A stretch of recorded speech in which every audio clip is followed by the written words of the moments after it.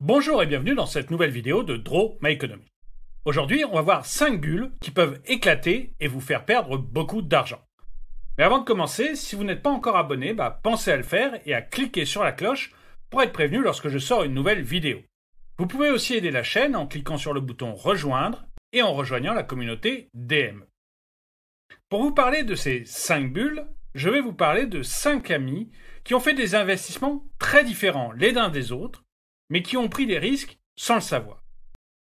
Le premier de ces amis, c'est Alain Terrieur. Alain Terrieur, c'est un ancien associé avec lequel j'avais monté mon premier business. On avait remarqué qu'il y avait de plus en plus de riches émirs qui venaient visiter Paris. Du coup, on avait monté un hôtel spécialisé dans une clientèle de riches musulmans. Pour le petit-déj, on avait même des céréales halal, des tartines Tintin et des confitures Turtur. En fait, quand j'y repense, c'était plutôt le bon temps. Bon, mais finalement, notre hôtel pour émirs a mal fini. On a dû fermer à cause du chèque en bois. Alain, lui, s'est reconverti dans l'immobilier.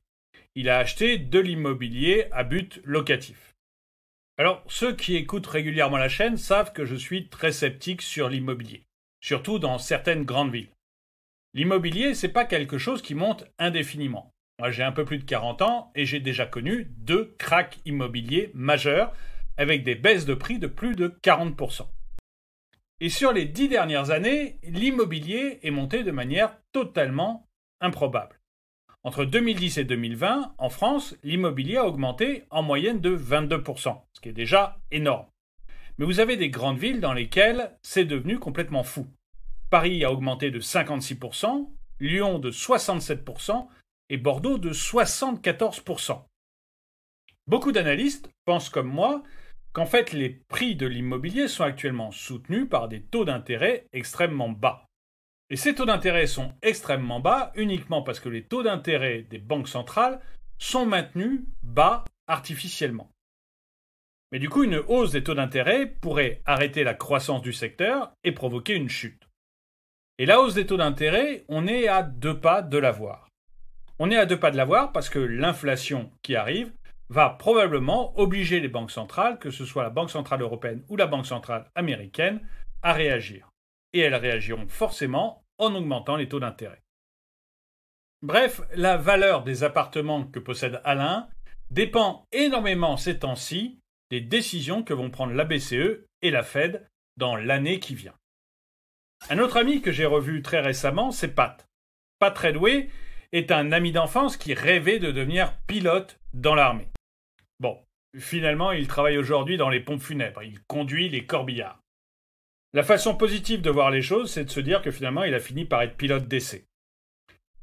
Pat a mis tout son argent en assurance vie dans des unités de compte, mais dans celles les plus garanties qu'il pouvait trouver. En fait, même s'il ne le sait pas, Pat a acheté des obligations. Il prête de l'argent aux États et aux entreprises.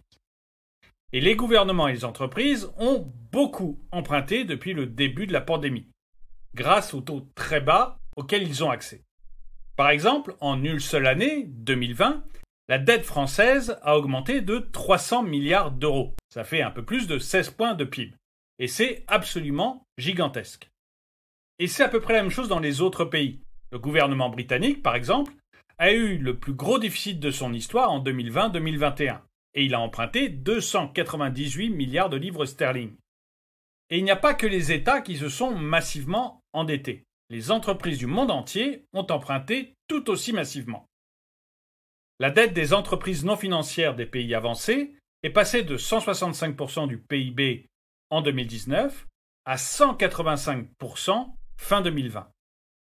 Et dans les pays émergents, elle est passée de 147% à 173% du PIB sur la même période. Et ça montre 2 choses. D'une part, vous avez des États et des entreprises qui sont de plus en plus endettés, mais d'autre part, vous avez des détenteurs de cette dette, un peu comme Pat, qui ont acheté des obligations d'État ou d'entreprise. Et que va-t-il se passer si, à cause de l'inflation, ou tout simplement pour revenir à un fonctionnement normal, les banques centrales augmentent leur taux d'intérêt?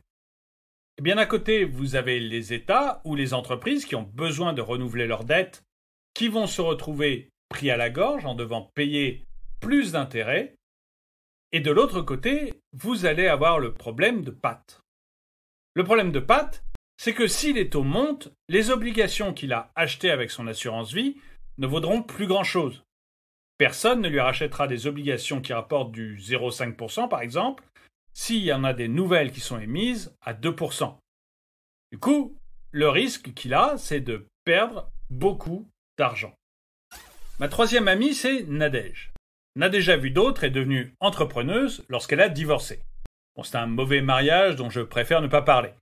Et il suffit de vous dire que le seul moyen qu'avait trouvé son mari pour lui donner un peu plus de liberté, c'était d'agrandir la cuisine. Bref, un parfait goujat qui, en plus, était plutôt malhonnête.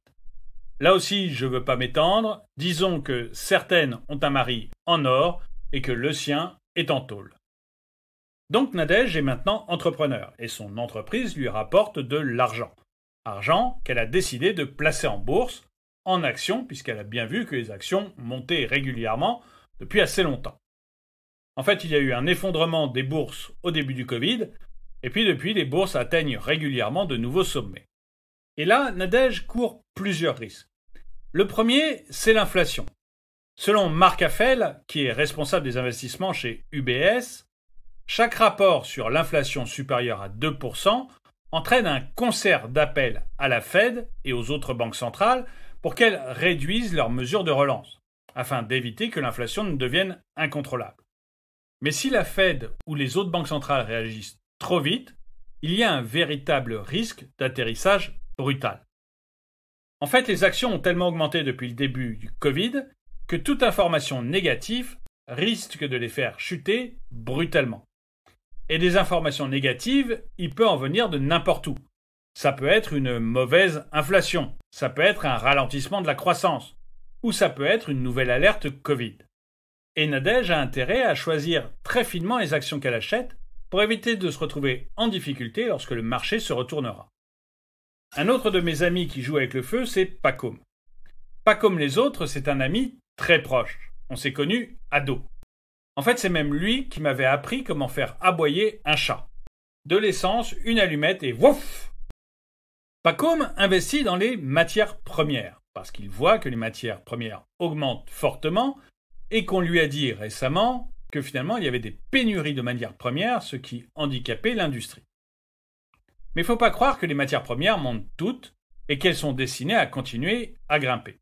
Et pour avoir un exemple, il suffit de regarder le cuivre. Le cuivre a doublé entre le printemps 2020 et mai 2021. Et il a dépassé très largement son prix d'avant-crise. Mais récemment, les autorités chinoises ont essayé de contrôler le prix du cuivre. Et puis il a aussi trébuché à cause de la nouvelle vague de Covid qui a frappé la demande. Du coup, le cuivre connaît actuellement une baisse de 15% par rapport à son pic. Alors, son prix reste très élevé. Mais ça prouve qu'un marché comme celui du cuivre ou des matières premières en général peut augmenter de 100% sur un an et puis baisser de 15% en quelques semaines. Si Pacôme veut investir dans les matières premières, il a intérêt déjà à y investir que de l'argent dont il n'a pas besoin et surtout à avoir des nerfs en acier. Le dernier ami dont je veux vous parler, c'est de Teddy. Teddy n'importe quoi a investi dans le Bitcoin et je l'ai rencontré il y a très peu de temps. D'ailleurs, quand je l'ai rencontré, il faisait une tête d'enterrement. Je croyais que le Bitcoin avait totalement dévissé. Eh bien, pas du tout.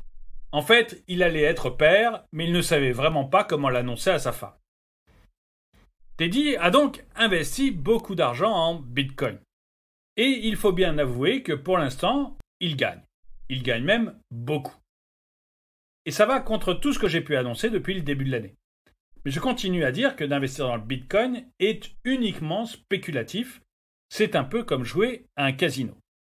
Et ce qui me conforte dans mon idée, c'est que le gouverneur de la Banque d'Angleterre, Andrew Bailey, a exactement le même avis que moi. Il a dit récemment qu'une crypto-monnaie n'est pas de l'argent et n'a pas de valeur intrinsèque, parce qu'elle n'a pas de support. Et que donc investir dans une crypto-monnaie, c'est un investissement hautement instable et qui peut même devenir nul. Et vous, qu'est-ce que vous en pensez?